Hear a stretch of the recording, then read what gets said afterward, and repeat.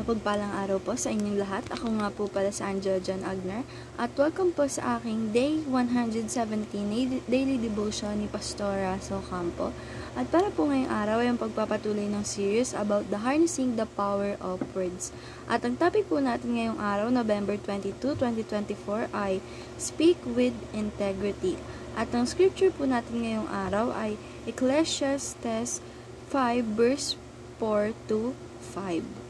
When you make a promise to God, don't wait too long to carry it out.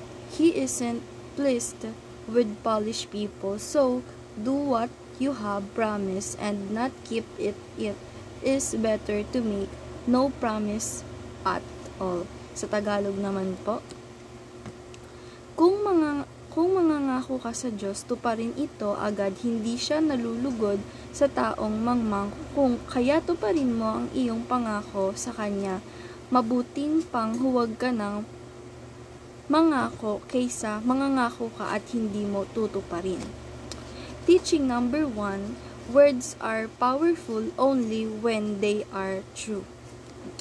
Sabi po dito na ang mga salita po natin o ang mga pananalita po natin ay sobrang powerful pag ito po ay talagang katotohanan. And teaching number 2, the messenger is just as important as the message.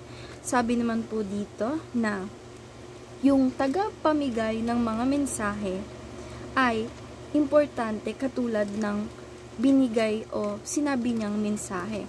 Like, tayo po, kunwari, ay nagsasalita po tayo at nagbibigay po tayo ng advice sa ibang tao. Tayo pong mga nananalita or nagbibigay ng message or yung nagbibigay ng advice ay importante din po kagaya ng binibigay natin mga salita. And teaching number 3, a person of honor effectively harnesses the power of words.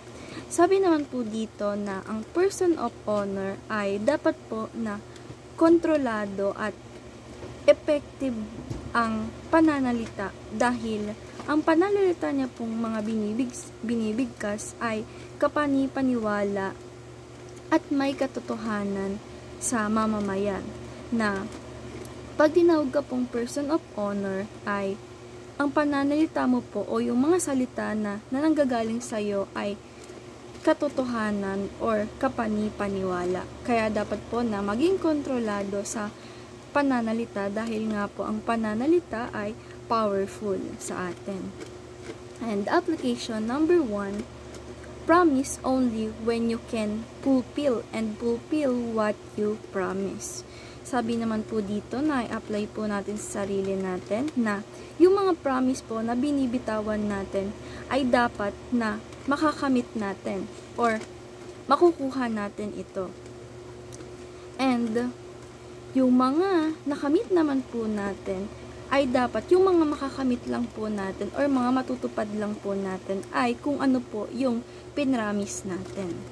And application number 2, mean what you say and say what you mean. Sabi naman po dito na i-apply po natin sa sarili natin na kung ano po yung mga sasabihin natin ay dapat po katotohanan at galing sa puso natin. And yung mga sinabi po natin ay dapat na na-experience po natin at ito po ay may katotohanan. And application number 3, honor your words and let your words honor you. Sabi naman po dito na yung mga salita po dapat na binabanggit natin ay dapat ito po ay matupad natin. Na yung mga binabanggit po nating salita like yung mga promises or pag-fulfill ng ating mga promises ay kagaya po ito ng pag-honor natin sa mga salita natin.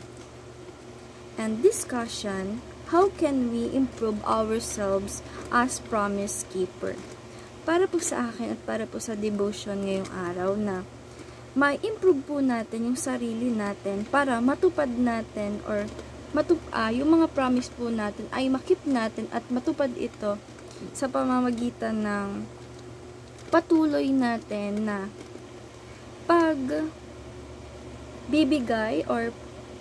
pagbibigay ng best natin sa mga ginagawa natin para matupad or mapulfill natin yung mga pangarap or yung mga promises na binigay natin sa iba't ibang tao. And ayun lang po ngayong araw. Maraming salamat. God bless.